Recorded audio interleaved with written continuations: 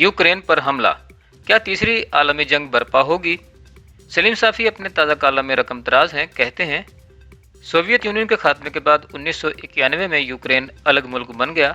Ukraine का सबसे बड़ा मसला इसका महल वकू है। जब कोई मुल्क दो बड़ी ताकतों या तहजीबों के दरमियान वाक़ होता है तो उसकी स्ट्रेटेजिक अहमियत मुसल्लमा होती है, लेकिन ये हैसियत गनीमत भी होती है और मुसीबत भी। यूक्रेन के एक तरफ रूस और उसके ज़ेर असर बेलारूस के ममालिक हैं और दूसरी तरफ इसकी सरहदें यूरोपीय ममालिक यानी पोलैंड, मालदोवा, रोमानिया, हंगरी और स्लोवाकिया से मिलती हैं। अब एक तरफ सकाफती और तहजीबी लिहाज से यूक्रेन की ज़्यादातर आबादी यूरोप से मुतासिर है और आबादी का एक हिस्सा माजी में सोवियत यूनियन का हिस्सा होने के नाते रूस से मुतासिर है। इसकी बड़ी सियासी जमातें भी तीन किस्म के रुझानात रखती हैं।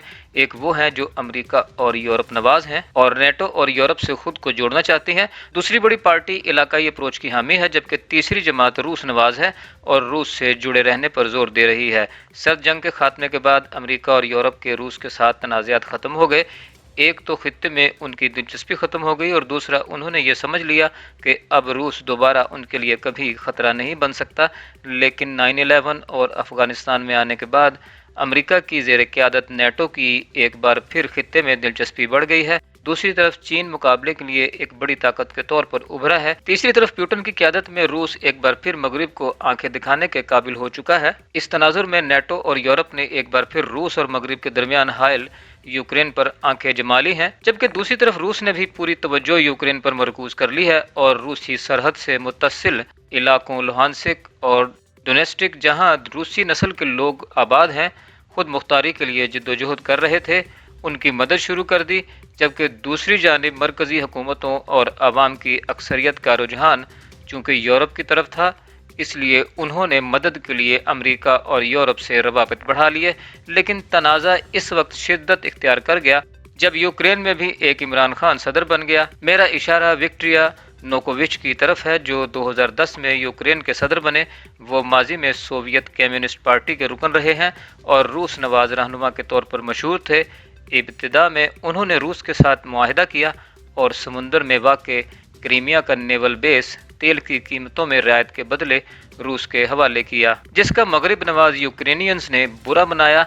दूसरी तरफ उन्होंने व्लादिमीर पुतिन की तरह आइन में तरमीम करके अपने सदारती इख्तियारात में बेतहाशा इजाफा किया।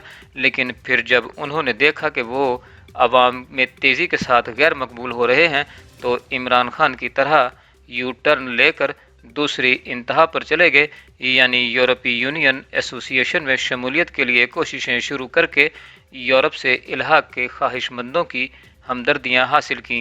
लेकिन 2013 के आखिर में उन्होंने अचानक यू टर्न लिया और यूरोपीय यूनियन एसोसिएशन में जाने से इनकार कर दिया, जिसकी वजह से अवाम उनके खिलाफ सड़कों पर निकल आए।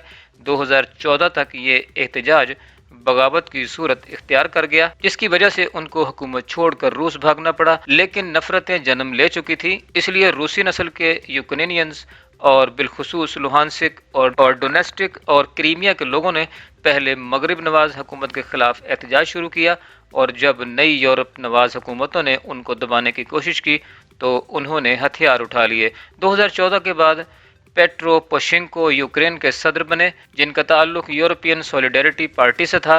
यूं वो यूरोप और अमेरिका के करीब जाने की कोशिशों में मगन रहे और जवाब में रूस नवाज यूक्रेनी बगावत की तरफ जा रहे थे। 2019 में मौजूदा सदर व्लादिमीर ज़ेलेंस्की सदर बने, जिनका ताल्लुक servant of the peoples party से है और वो भी यूरोप नवाज हैं। इन दो सदूर के अदवार में यूक्रेन को अपने असर से आज़ादी की तरफ गामजन और मगरिब की तरफ रवां दवां देखकर रूस ने रूस नवाज यूक्रेनियंस की इमदाद बढ़ा दी। दूसरी तरफ अमेरिका और नेटो ने यूक्रेनी हुकूमत और मगरिब नवाजों का हौसला बढ़ाने के लिए अपने फौजी मिसाइल और एयरफोर्स यूक्रेन से जुड़े यूरोपीय ममालिक में तैनात करनी शुरू कर दी। रूस एक तो नेटो की कार्रवाइयों पर मोतरज़ था और दूसरी जानिब यूक्रेनी हुकूमत से कहता रहा कि वो नेटो और यूरोपीय यूनियन में शमूलियत की कोशिशों से बाज रहे। रूस इलाके में नेटो की मौजूदगी को अपनी सलामती के लिए ख़तरा समझता रहा, लेकिन मगरबी ममालिक सिर्फ यूक्रेनी हुकूमत का हौसला तो बढ़ाते रहे लेकिन अमलन कुछ नहीं किया। मसलन ना तो उसे यूरोपीय यूनियन का मेंबर बनाया और ना नेटो का। यूरोपीय यूनियन का मेंबर इसलिए नहीं बनाया जा रहा कि यूरोपीय ममालिक को डर है कि इस सूरत में बड़ी तादाद में यूक्रेनी उनके मुल्कों में नकल मकानी करेंगे। इसी तरह नेटो का मेंबर इसलिए नहीं बनाया जा रहा कि उनके ख्याल में यूक्रेन की कंट्रीब्यूशन बहुत कम रहेगी, लेकिन वो नेटो की जिम्मेदारी बन जाएगा। यही वजह है कि अब जब रूस ने हमला किया तो अमेरिका और यूरोपीय ममालिक ने शदीद मजम्मत की, इक्तसादी पाबंदियां बढ़ा दी, लेकिन अमलन यूक्रेन की मदद के लिए नहीं आए और मेरा अंदाज़ा है कि मुस्तकबिल में भी नहीं आएंगे कि इस सूरत में चीन भी रूस के साथ खड़ा होगा और यूं तीसरी आलमी जंग का आगाज़ हो सकता है। इसी तरह यूरोप के बाज़ ममालिक बिलखुसूस जर्मनी वगैरह भी रूस के साथ जंग नहीं चाहते, क्योंकि उनका ज़्यादा इन्हिसार रूस से दरामदशुदा तवानाई पर है। इसलिए मुझे तो लगता है कि रूस यूक्रेन पर कब्जा करके वहाँ अपनी मर्जी की हुकूमत मुसल्लत कर लेगा। यूक्रेन के मौजूदा सदर अशरफ गनी की तरह फिर अमेरिका और यूरोप की बेवफाई का रोना रोते रहेंगे, जबकि मगरिब सिर्फ धमकियां देता, मशरिक यूरोप में अपनी फौजी मौजूदगी बढ़ाता और इक्तसादी पाबंदियों पर इन्हिसार करता रहेगा। यूँ ये वाज़ेह है कि एक नई सर्द जंग का भरपूर आगाज़ तो हो गया है, लेकिन सरेदस्त तीसरी आलमी जंग का इम्कान ना होने के बराबर है।